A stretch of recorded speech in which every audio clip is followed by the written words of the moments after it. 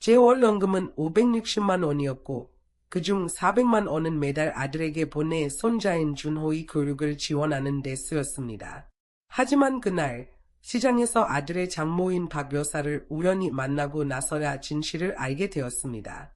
내가 힘들게 번 돈은 준호의 교육과는 상관없이 재훈과 그의 아내가 사치품을 사들이는 데 쓰이고 있었던 겁니다. 지난달에는 심지어 재훈이 박 여사에게 새 명품 가방을 선물했다는 이야기를 들었습니다. 더 마음이 아팠던 건 준호가 학교가 끝난 후에도 아무도 데리러 오지 않아 혼자 기다리고 있었다는 사실이었습니다. 그 순간 내가 몇 년 동안 거짓된 삶을 살아왔다는 것을 깨달았습니다. 그리고 내가 모든 것을 되찾으려 결심했을 때 그들의 반응은 너무나도 빠르고 냉혹했습니다. 그들이 정말 내가 이렇게 쉽게 속을 거라고 생각했을까요? 가을 햇살이 거실 창문을 통해 들어와 마루 위로 황금빛 조각처럼 흩어졌습니다. 하지만 아무리 햇살이 밝게 비춰도 제 마음속 차가운 냉기를 녹일 수는 없었습니다. 제 이름은 김혜진입니다. 올해 68세이고 서울에서 중학교 교사로 일하다가 은퇴했습니다. 남편은 젊은 나이에 세상을 떠났고 저는 혼자서 우리 외아들 재훈을 키웠습니다. 이제 재훈은 자신의 가정을 꾸렸습니다. 그는 아내 수진과 결혼해 아들 준호를 두고 있습니다. 우리는 세 식구가 제가 남편과 함께 수십 년 전에 마련한 오래된 집에서 함께 살고 있습니다. 3대가 한 지붕 아래 사는 모습은 겉으로 보기엔 활기차고 따뜻해 보일지 모르지만 그 속 사정을 아는 사람은 저뿐입니다. 저는 평생 학생들을 가르치고 돌보며 살아왔습니다. 전 세계적으로 이름난 제자는 없었지만 제 나름대로 최선을 다했다고 자부할 수 있었습니다. 은퇴 후 연금으로 서울 같은 비싼 도시에서도 그럭저럭 편안한 삶을 유지할 수 있었습니다. 재훈이 엔지니어로 열심히 일하고 수진이 준호를 키우기 위해 직장을 그만두겠다고 했을 때 젊은 부부의 고충을 이해하며 마음이 악해졌습니다. 요즘 젊은 부부들이 겪는 어려움, 어린이집 비용, 방과 후 활동, 끝없는 지출 등을 생각하며 저는 지원을 약속했습니다. 준호가 태어난 날부터 매달 제 연금에서 400만 원을 떼어 그들에게 주겠다고 결심했죠. 처음에는 수진이 사양하는 척했지만 곧 이것은 당연한 일이 되었습니다. 매달 봉투에 헌금을 담아 건넬 때마다 수진은 환하게 웃으며 말하곤 했습니다. 어머님, 저희 걱정은 그만하시고 어머님 자신을 좀 더 아껴주세요. 그녀의 미소는 꿀처럼 달콤했지만 그 눈빛은 얕고 차가웠습니다. 물 위를 스치는 햇살처럼 따뜻함은 없었습니다. 시간이 지날수록 저는 그것을 더 뚜렷이 느낄 수 있었습니다. 수지는 저에게 무례하게 굴지는 않았습니다. 오히려 그녀는 겉으로는 예의 바르고 공손했습니다. 식사 자리에서 음식을 제게 챙겨주고 이웃들에게는 제가 얼마나 좋은 시어머니인지 자랑하기도 했습니다. 그러나 그것은 모두 거칠애에 불과했습니다. 마치 반짝이는 도자기처럼 겉은 매끄럽고 완벽해 보였지만 안은 너무나도 약했습니다. 살짝만 건드려도 금이 갈 것 같은 그런 모습이었죠. 수지는 제 건강에 대해 묻지 않았습니다. 마음에 걸리는 일이 있어도 그녀는 형식적인 몇 마디만 던지고는 곧 자리를 떴습니다. 마치 우리 사이에 투명하지만 두꺼운 유리벽이 있는 것 같았습니다. 서로를 볼 수는 있지만 결코 닿을 수 없는 그런 벽 말이죠. 저는 그 거리를 모르는 척할 수 없었습니다. 발코니에 있는 난초는 매년 봄 조금만 손을 보살펴주면 향기로운 꽃을 피워줍니다. 하지만 제가 쏟아부은 사랑과 희생은 차갑고 계산적인 반응만 돌아올 뿐이었습니다. 밤이면 창가에 앉아 멀리 보이는 도시의 불빛을 바라보며 무거운 슬픔이 가슴을 짓누르는 것을 느끼곤 했습니다. 스스로에게 이렇게 말하며 위로했습니다. 젊은 사람들은 그들만의 삶이 있는 거야. 재훈이 잘 지내고 준호가 행복하고 건강하다면 내가 조금 외로운 게 뭐 그리 대수겠어. 피가 섞였다고 해서 반드시 사랑이 생기는 건 아니라는 것을 저는 이미 깨달았습니다. 아무리 많은 것을 준다 해도 진정한 친밀감을 얻지 못할 수도 있다는 사실으로. 그래서 저는 그 모든 상처와 무력감을 삼키고 또 삼켰습니다. 그렇게 삼킨 감정들은 결국 제 일부가 되어버렸습니다. 하루하루는 색깔 없이 느리게 흘러갔습니다. 제 삶의 중심은 온통 준호였습니다. 그는 밝고 활기찬 아이로 제 눈에 넣어도 아프지 않을 정도로 소중한 존재였습니다. 준호가 유치원을 다니기 시작한 이후로 등하원은 전적으로 제 몫이었습니다. 수지는 집안일로 바쁘고 재호는 회사 일에 치여 힘들다며 저에게 맡겼습니다. 매일 오후 3시 비가 오나 눈이 오나 저는 학교 정문 앞에 서 있었습니다. 준호가 작은 가방을 메고 달려와 제 품에 안기며 할머니 하고 외치는 그 순간 모든 걱정과 서운함은 눈 녹듯 사라졌습니다. 준호의 학비, 방과 후 수업, 옷, 장난감까지 거의 모든 비용을 제가 부담했습니다. 수지는 종종 한숨을 쉬며 끝없는 경제적 어려움을 호소했습니다. 어머님, 준호 피아노 학원비 낼 때가 됐는데요. 미술 선생님께서 새 물감이 필요하다고 하시네요. 주저없이 저는 수표를 꺼냈습니다. 걱정하지 마라. 준호를 위해서라면 뭐든 해야지. 준호 교육에 필요한 게 더 있으면 말만 해라. 나는 항상 그렇게 말하곤 했다. 내가 바라는 건 단 하나. 준호가 밝은 미래를 향해 나아갈 수 있도록 돕는 것이었다. 재훈이 한 가정의 짐을 홀로 짊어진다는 게 얼마나 힘든 일인지 알기에 그를 안쓰럽게 여겼고 준호가 우리 중 누구보다 더 높은 곳으로 올라가길 바라는 마음의 모든 걸 쏟아부었다. 그들을 돌보는 게 내 삶의 의미였고 자부심이었다. 가끔 수진이 내가 준 돈으로 새 옷이나 고급 화장품을 사는 모습을 보면 마음 한구석이 쓰리긴 했지만 스스로를 설득했다. 수진이 기분이 좋아지면 집안 분위기도 더 밝아지겠지. 할머니의 사랑은 순수한 희생에서 비롯된다. 하지만 젊은 세대가 그 사랑을 당연한 권리로 여기기 시작하면 그 사랑은 점점 쓰디쓴 고통으로 변한다. 나는 종종 쓴웃음을 지으며 스스로를 다독였다. 더 주고 더 희생하면 이 가정을 지킬 수 있을 거야. 그리고 준호를 사랑으로 감싸줄 수 있을 거야. 하지만 그 믿음이 얼마나 큰 착각이었는지 깨닫는 데는 오래 걸리지 않았다. 모든 것이 무너진 건 어느 평범한 주말이었다. 그날 아침 햇살은 밝았고 나는 준호에게 새 봄 신발을 사주기 위해 쇼핑몰로 향했다. 쇼핑몰은 사람들로 북적였고 활기가 넘쳤다. 어린이용 신발 코너를 둘러보던 중 익숙한 목소리가 귀에 들려왔다. 반쯤 웃으면서도 뭔가를 자랑하듯 떠드는 그 목소리. 고개를 돌리자 멀지 않은 곳에 있는 라운지에서 박 여사가 주위를 둘러싼 사람들에게 이야기를 하고 있었다. 그녀는 화려한 옷차림에 무거운 금목걸이를 걸치고 있었고 내 소박한 차림새와는 너무나도 대조적이었다. 박 여사는 내가 근처에 있는지도 모른 채 계속 떠들었다. 그녀의 목소리는 또렷하게 들려왔다. 아이고, 믿을 수 없지. 우리 수진이는 진짜 복덩이야. 시어머니가 안전 순진하거든. 고지식하고 속이기 쉬운 스타일이라니까. 매달 400만 원씩 준다더라. 애 교육비라고 하면서 말이야. 누가 그 말을 믿어? 그녀의 말 한마디 한마디가 얼음 조각처럼 날아와 내 심장을 얼려버렸다. 그 400만 원. 애 교육비는 무슨, 그냥 자기들 마음대로 쓰고 있지. 지난달엔 재훈이가 나한테 명품 가방 하나 사줬잖아. 이번 달엔 수진이가 밍크 조끼를 보고 있다니까. 내가 뭐라고 했는지 알아? 아, 인생 즐겨라. 그 돈을 할머니가 무덤까지 가져갈 줄 아나? 박 여사는 크고 거친 웃음을 터뜨렸다. 그 웃음소리는 조롱으로 가득 차 있었고 내 가슴에 칼날처럼 박혔다. 명품 가방, 밍크 조끼, 그리고 매달 400만 원, 그들에게는 그 돈이 그저 쓸모없는 용돈에 불과했던 것이다. 나는 그동안 아끼고 또 아끼며 한 푼 한 푼을 모아 준호의 미래를 위해 투자하고 있다고 믿었다. 하지만 그들에게 나는 단순히 속기 쉬운 돈줄에 불과했다. 귀가 멍멍하고 머리가 어지러웠다. 수치심, 분노, 배신감이 독사처럼 내 안에서 꿈틀거리며 숨조차 쉴 수 없게 만들었다. 작은 신발 한 짝을 손에 쥔 채 비틀거리며 뒤로 물러섰다. 마치 그것만이 나를 버티게 해주는 유일한 지탱점인 것처럼. 그래, 내가 그들에게는 그냥 봉이었구나. 순진한 호구. 그 깨달음은 너무나도 깊게 날카롭게 나를 찔렀다.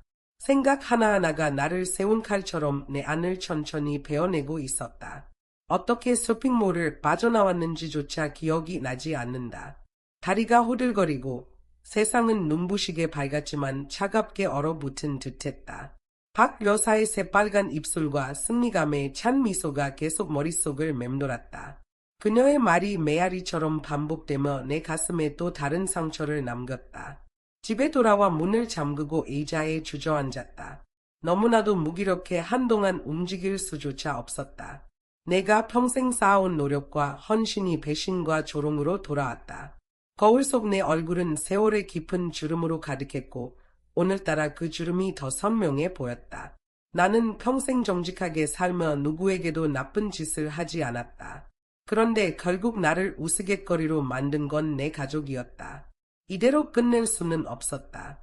마음을 가라앉히며 스스로에게 말했다. 냉정을 유지해야 해. 진실을 밝혀야 해. 확실한 증거를 모아야 해. 나는 아무 일도 없었던 것처럼 행동했다. 밥을 하고 청소를 하고 부드러운 미소를 지으며 일상을 이어갔다. 하지만 내 안에서는 단단한 성벽이 세워지고 있었다. 내 눈은 매섭게 날카로워졌고 마치 먹잇감을 노리는 매처럼 차가운 시선으로 수진을 관찰하기 시작했다. 그리고 곧 알게 되었다. 수진은 최근 휴대폰에 붙어 삶아 화면을 보며 혼자 희죽거리는 일이 잦아졌다는 것을. 집 현관에는 택배 상자가 쌓여갔다. 그 상자들을 열어보면 항상 똑같았다. 고급 화장품, 비싼 옷, 명품 가방. 그녀가 매일같이 들고 다니는 그 반짝이는 명품 가방, 고급스러운 캐시미어 스웨터. 이건 평범한 중산층 가정이 쉽게 살 수 있는 물건들이 아니었다. 예전 같았으면 나는 스스로를 위로하며 이렇게 생각했을지도 모른다. 재훈이가 사랑으로 선물한 걸 거야. 아니면 수진이가 몇 달 동안 아껴서 산 거겠지. 하지만 박 여사의 말을 들은 이후 수진이 자랑하듯 보여주는 그 모든 사치는 내 눈을 찌르는 가시가 되었다. 수진은 뻔뻔하게 그리고 부끄러움 없이 돈을 낭비하고 있었다. 그녀가 항상 입버릇처럼 말하던 경제적 어려움은 어디에도 없었다. 내가 남겨둔 마지막 희망조차도 먼지처럼 흩어져 버렸다. 분노가 내 안에서 들끓었다. 하지만 이를 악물고 차분함을 유지했다. 섣불리 움직여서는 안 됐다. 그들에게 눈치를 줄 수도 없었다. 나는 확실한 증거를 모아야 했다.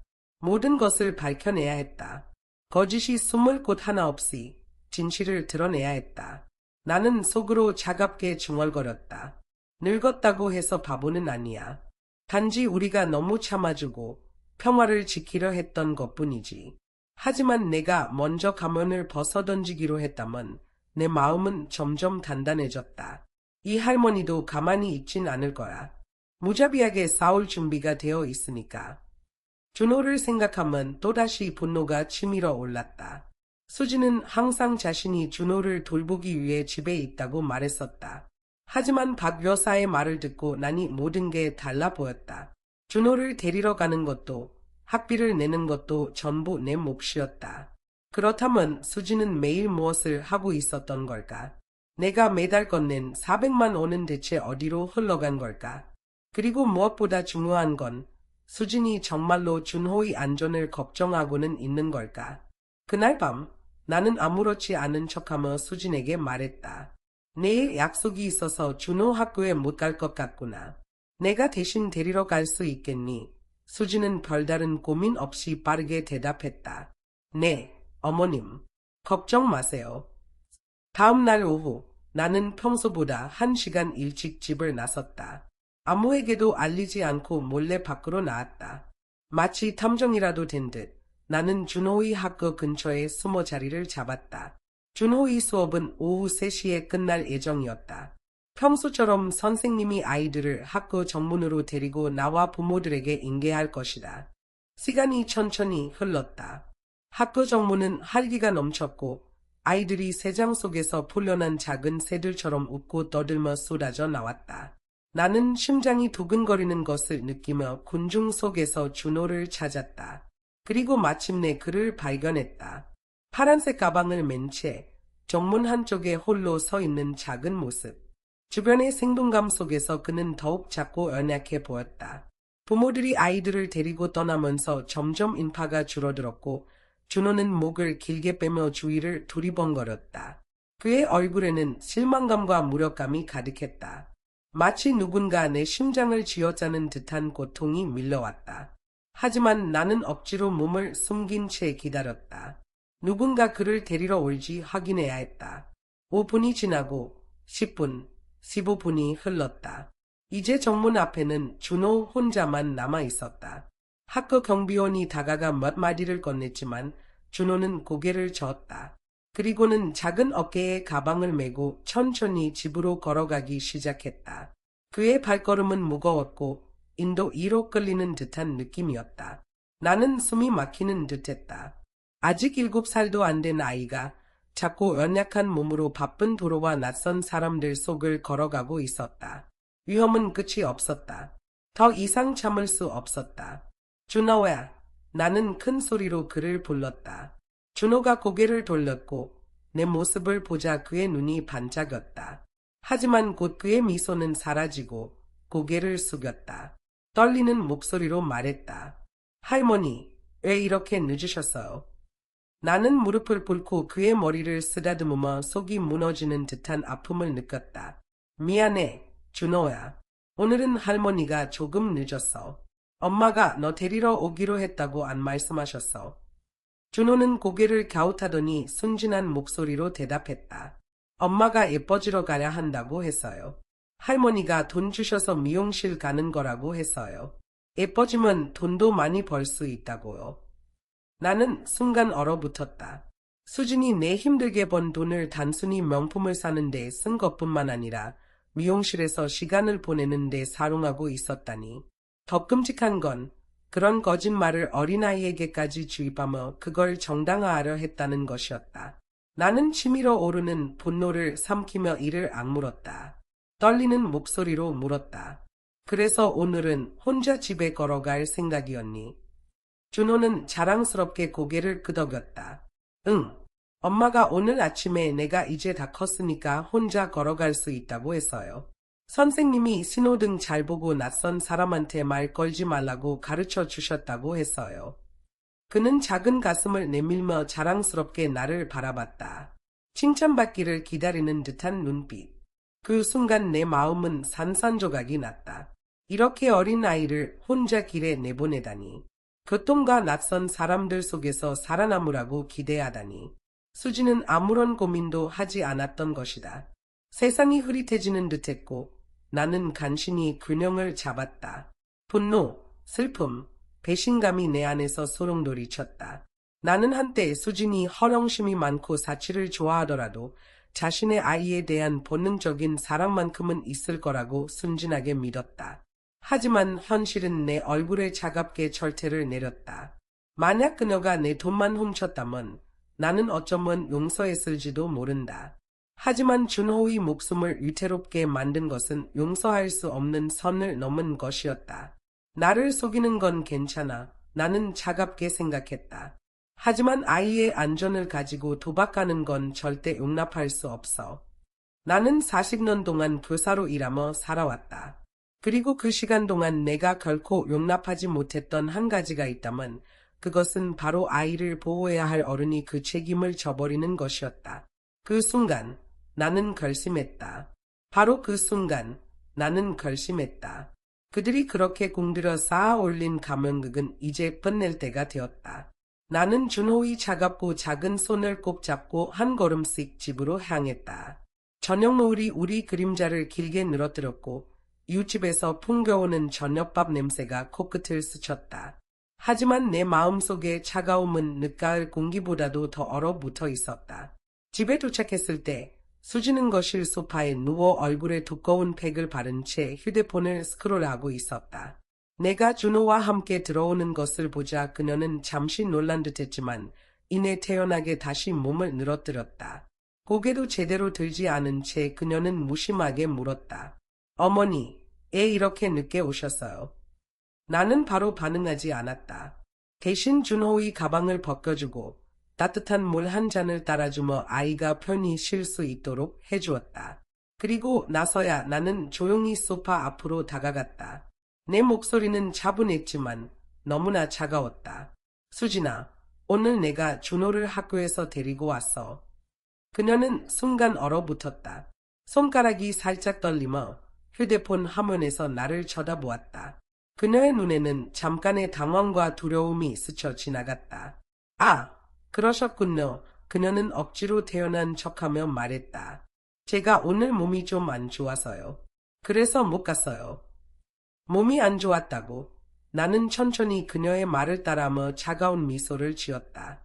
미용실에서 예뻐지느라 너무 피곤했겠지. 수지는 마치 벌에 쏘인 듯 소파에서 벌떡 일어나 얼굴에 바른 팩을 거칠게 떼어냈다. 그녀의 얼굴은 붉게 달아올랐고 그것이 죄책감 때문인지 분노 때문인지는 중요하지 않았다. 거짓말이에요. 미용실에 간 적 없어요. 그녀는 비명을 지르며 진실을 덮으려 애썼다. 나는 그녀를 똑바로 바라보며 말했다. 준호가 다 말해줬어. 내가 매일 미용실에 간다고. 오늘도 애가 아니었고 내가 준호에게 혼자 집에 걸어오라고 했다고. 나는 잠시 말을 멈췄다.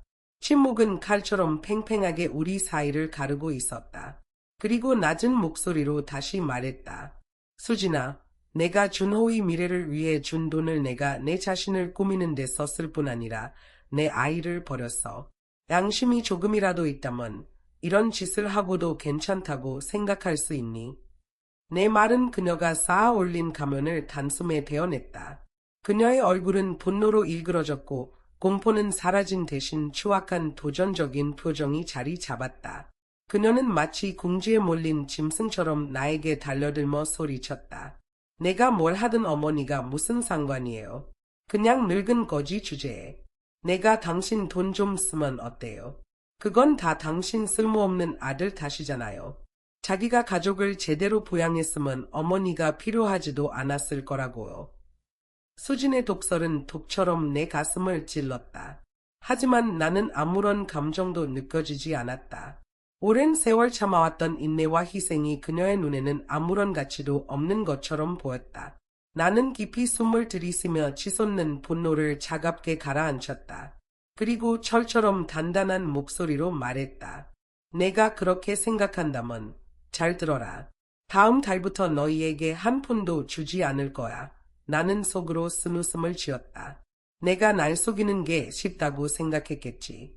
하지만 내 나이가 되면 세상의 모든 꼼수가 얼마나 하찮은지 알게 되지. 내 차가운 어조는 어떤 고함보다도 더 강렬했다. 수지는 잠시 멍해 있다가 갑자기 미친 듯이 날뛰기 시작했다. 뭐라고? 돈을 끊겠다고? 그녀는 팔을 마구 휘두르며 비명을 질렀다. 어머니가 돈을 안 주시면 당장 이 집에서 나가세요. 우리가 애 쓸모없는 짐을 떠안고 살아야죠. 나가요. 나는 허리를 곧게 펴고 그녀를 똑바로 바라보았다. 수십 년간의 굴욕과 쌓인 쓰라림이 단단한 결심으로 바뀌었다. 나는 그녀의 눈을 똑바로 응시하며 말했다. 수진아, 내가 잊었을지도 모르겠지만 이 집은 내 이름으로 되어 있어. 내 남편과 내 이름으로 말이야. 나는 천천히 한 걸음 다가가며 그녀를 날카롭게 바라보았다. 이 집은 내 집이야. 내가 나가라고 할 권리는 없어. 그 순간 마치 얼음물을 뒤집어 쓴 듯 수지는 멈춰 섰다. 방금 전까지 고함을 지르던 그녀는 눈에 띄게 작아졌고 그녀의 허세는 순식간에 무너졌다. 그녀는 내가 이 모든 것을 통제하고 있다는 사실을 전혀 예상하지 못했던 것이다. 그때 현관문이 삐걱거리며 열렸다. 재훈이 긴 하루를 마치고 지친 얼굴로 들어왔다. 수지는 재빨리 그의 품으로 뛰어들며 눈물로 뒤덮인 얼굴로 소리쳤다. 여보, 어머니가 미쳤어요. 돈을 끊겠대요. 우리를 쫓아내려고 해요. 이렇게 살 수는 없잖아요. 재훈은 두 사람을 번갈아 보며 혼란스러운 눈빛으로 물었다. 어머니, 이게 다 무슨 일이에요? 나는 차가운 시선으로 그를 바라보며 모든 진실을 말했다. 준호의 미래를 위해 준 돈이 어떻게 낭비되었는지, 그리고 수진이 어떻게 아이를 방치했는지, 모든 것을 숨김없이 날카롭게 털어놓았다. 재훈은 아무 말 없이 서 있었다. 그의 얼굴에는 고통과 좌절이 가득했다. 그는 나와 수진을 번갈아 바라보며 결국 깊은 한숨을 내쉬었다. 어머니가 우리를 위해 얼마나 많은 걸 희생하셨는지 알아요. 하지만 수진도 나쁜 의도로 그런 건 아니잖아요. 그냥 실수였을 뿐이에요. 이번 한 번만 용서해 주시면 안 될까요? 나는 그의 말이 끝나기도 전에 눈을 감았다. 그리고 속으로 생각했다. 내가 키운 아들이 이렇게 약하고 눈먼 사람이 되다니. 수지는 내가 만든 음식을 쓰레기통에 던져 넣으며 비웃듯 말했다. 아직 장볼도는 있나 봐요. 벌써 빈털터리가 된 줄 알았는데 하지만 나는 그녀들이 원하는 대로 무너지지 않았다. 애원하지 않았고 화를 내지도 않았다. 그저 조용히 내 접시를 씻고 홀로 장을 보고 나를 위해 음식을 만들었다. 거실과 주방이 더러워져도 나는 내 방에만 머물렀고 내 욕실과 내 공간만 깨끗이 청소했다. 그리고 몰래 짐을 싸기 시작했다. 옷을 하나씩 정리하고 오래된 책들을 상자에 담으며 내가 스스로 떠날 날을 준비했다. 내 연금은 많지 않았지만 작은 아파트나 근처의 조용한 실버타운에서 살기에는 충분했다. 소박하지만 자유롭게 살 수 있을 만큼은 됐다. 이제야 비로소 깨달았다. 돈과 가족 중 하나만 믿을 수 있다면 그건 돈이라는 사실을. 나는 나이가 들었지만 가족 화목이라는 허울 좋은 명분을 위해 스스로를 희생하며 살기보다는 검소하지만 존엄성을 지키며 사는 쪽을 택할 것이다. 그들이 시작한 이 전쟁, 나는 끝까지 맞설 것이다. 수지는 나의 침묵이 통하지 않는다는 것을 깨닫고 더 강한 방법을 택했다. 그녀는 동네 사람들에게 내가 정신적으로 불안정하며 손자를 학대하고 돈을 쌓아두면서 며느리를 굶긴다고 소문을 퍼뜨리기 시작했다. 그리고 그 소문은 효과가 있었다. 예전에는 미소로 인사하던 이웃들이 이제는 나를 피하며 길을 건너갔다. 나뭇잎이 떨어지는 동네 길을 걸을 때마다 귓가에 속삭임이 따라다녔다. 그들의 곁눈질 속에서 판단의 가시가 느껴졌다. 그 조용한 고립, 서서히 스며드는 사회적 죽음은 누군가의 얼굴 앞에서 들이받는 모욕보다도 더 깊이 나를 찔렀다. 나는 평생을 깨끗하고 정직하게 살아왔다. 편파는 나에게 중요했다. 그런데 하루아침에 나는 미친 노인, 학대하는 할머니가 되어버렸다. 물론 상처받았다. 물론 화가 났다. 하지만 이미 결정을 내린 사람들에게 울며 설명하는 것은 아무 소용이 없다는 것을 나는 잘 알고 있었다. 이를 악물고 침착함을 유지했다. 그들은 나를 지치게 하고 소문으로 나를 둘러싸고 나를 굴복시키려 했지만 그들은 틀렸다. 나는 절대 그들에게 만족을 줄 생각이 없었다. 나는 믿을 수 있는 유일한 애동료 수잔을 찾아갔다. 그녀는 인맥이 넓고 날카로운 판단력을 가졌으며 무엇보다 옳고 그름을 정확히 구분할 줄 아는 사람이었다. 나는 집에서 벌어지는 상황, 특히 수진의 수상한 낮 유출에 대해 조심스럽게 그녀에게 털어놓으며 그녀가 나를 위해 조용히 살펴봐 줄 수 있는지 부탁했다. 소문은 지혜 앞에서 죽는다. 나는 차갑게 생각했다. 하지만 안타깝게도 오늘날 세상에서 지혜는 드물다. 그들이 이 길을 선택했으니 그 결과도 감당해야 할 것이다. 얼마 지나지 않아 어느 저녁이었다. 나는 거실에서 책을 펼쳐들고 있었지만 읽히지 않았다. 그때 수잔이 두꺼운 서류 봉투를 들고 내 문을 두드렸다. 그녀는 목소리를 낮추며 무거운 봉투를 내 무릎 위에 올려놓았다. 헬렌, 몇 가지를 가져왔어요. 마음 단단히 먹으세요. 나는 잠시 얼어 있다가 천천히 봉투를 열었다. 사진들이 한 장씩 흘러나왔다. 헬스장 기구 옆에서 젊은 트레이너와 지나치게 가까이 서 있는 수진, 커피숍에서 그의 어깨에 기대어 있는 수진, 고급 아파트 건물로 함께 들어가는 두 사람의 모습. 순간 눈앞이 캄캄해졌다. 숨 쉬는 법을 잊은 것처럼 가슴이 답답했다. 손이 떨리며 사진을 하나 들어 올렸다.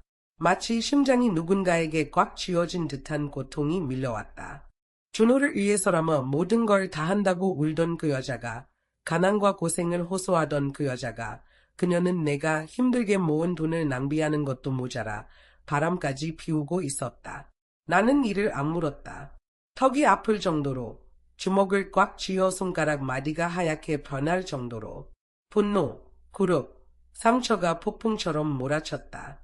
오랜 시간이 지나고 나서야 사진들을 차곡차곡 정리하며 낮은 목소리로 말했다. 자세한 정보를 얻을 수 있을까요? 수잔은 고개를 끄덕였다. 이미 진행 중이에요. 최대한 빨리 가져다 드릴게요. 나는 눈을 감고 분노를 억누르며 말했다. 고마워, 수잔. 이번에는 절대 물러나지 않을 거예요. 그날 밤 나는 방에 틀어박혀 깊이 숨을 들이쉬며 빠르게 뛰는 심장을 진정시키려 애썼다. 분명한 것은 하나였다. 맹목적인 분노는 아무것도 해결하지 못한다는 것. 수진이 날카로운 이빨을 드러냈다면 이제는 내가 내 이빨을 보여줄 차례였다. 나는 수잔이 준 번호를 눌렀다. 은퇴한 변호사인 카렌 루이스였다. 그녀가 전화를 받자 나는 상황을 간결하고 명확하게 설명했다. 카렌의 목소리는 단호하고 결단력이 있었다. 헬렌, 말씀하신 내용을 바탕으로 보면 경제적 착취, 아이 방치, 불륜 증거까지 모두 있습니다. 확실한 증거만 있으면 이혼, 재산 분할, 심지어 준호의 양육권까지 요구할 수 있어요. 나는 목이 메었지만 목소리는 흔들리지 않았다. 그들이 한 짓에 대해 대가를 치르게 하고 싶어요. 카렌은 말했다. 증거를 계속 모으세요. 특히 준호의 안전과 관련된 학교 기록이 중요할 겁니다. 나는 아무 말 없이 고개를 끄덕였다. 그녀는 볼 수 없었지만 그날 이후로 겉으로 보이는 내 삶은 달라지지 않았다. 나는 음식을 만들었고 준호를 학교에서 데려왔으며 미소를 지었다. 하지만 그 이면에서는 하나씩 증거를 쌓아가고 있었다. 거실은 이미 모든 준비가 끝난 상태였다.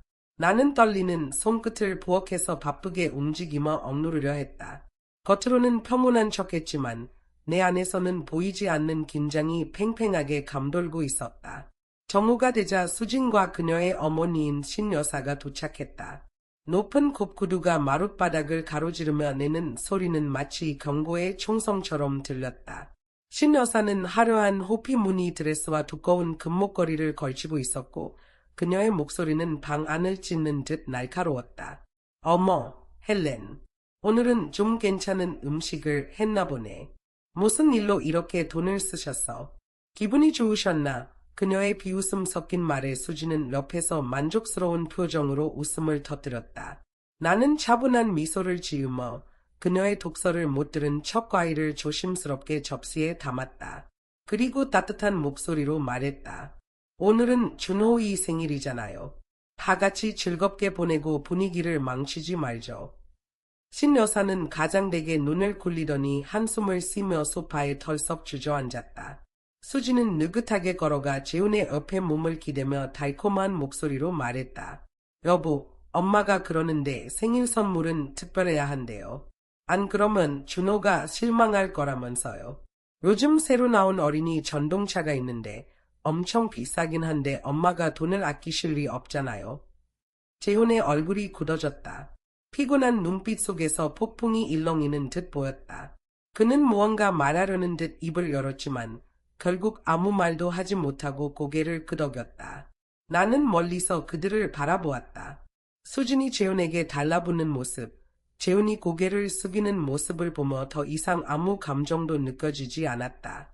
오랜 세월 동안 가족을 위해 희생하고 모든 것을 바쳤지만 그 대가는 감사가 아닌 끝없는 요구와 뻔뻔함 뿐이었다.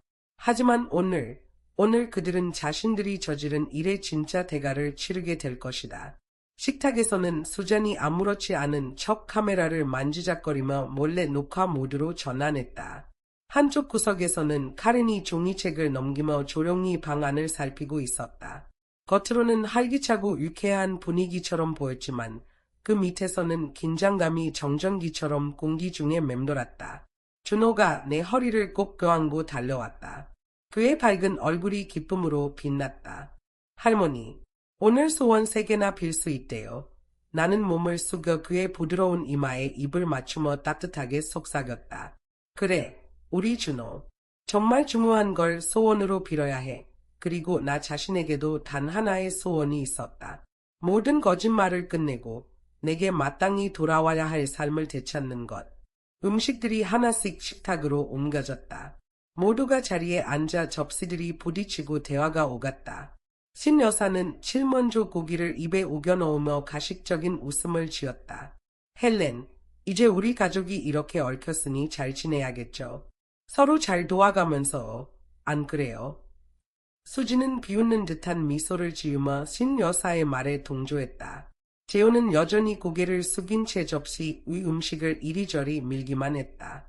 나는 잔을 들고 부드럽게 미소 지으며 말했다. 물론이죠.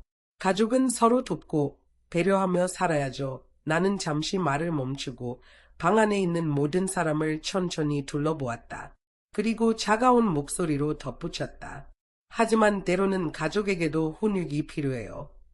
신 여사는 순간 눈을 깜빡이며 당황한 기색을 보였고 수진의 미소는 흔들리기 시작했다.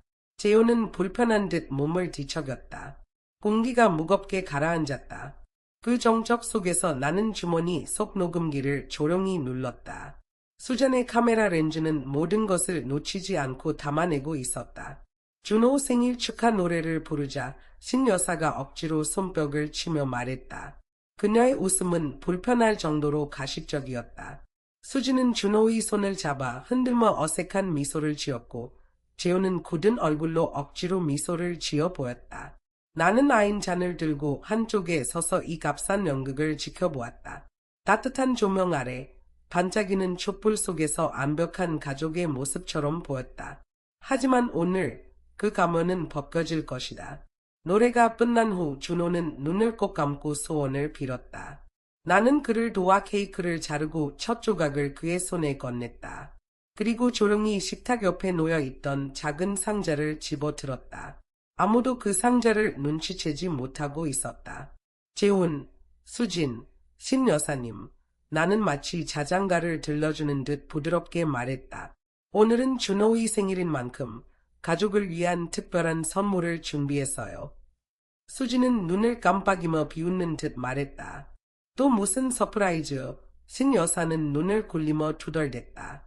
아, 제발 잔소리만 하지 말고 빨리 끝내요. 재호는 고개를 들었다.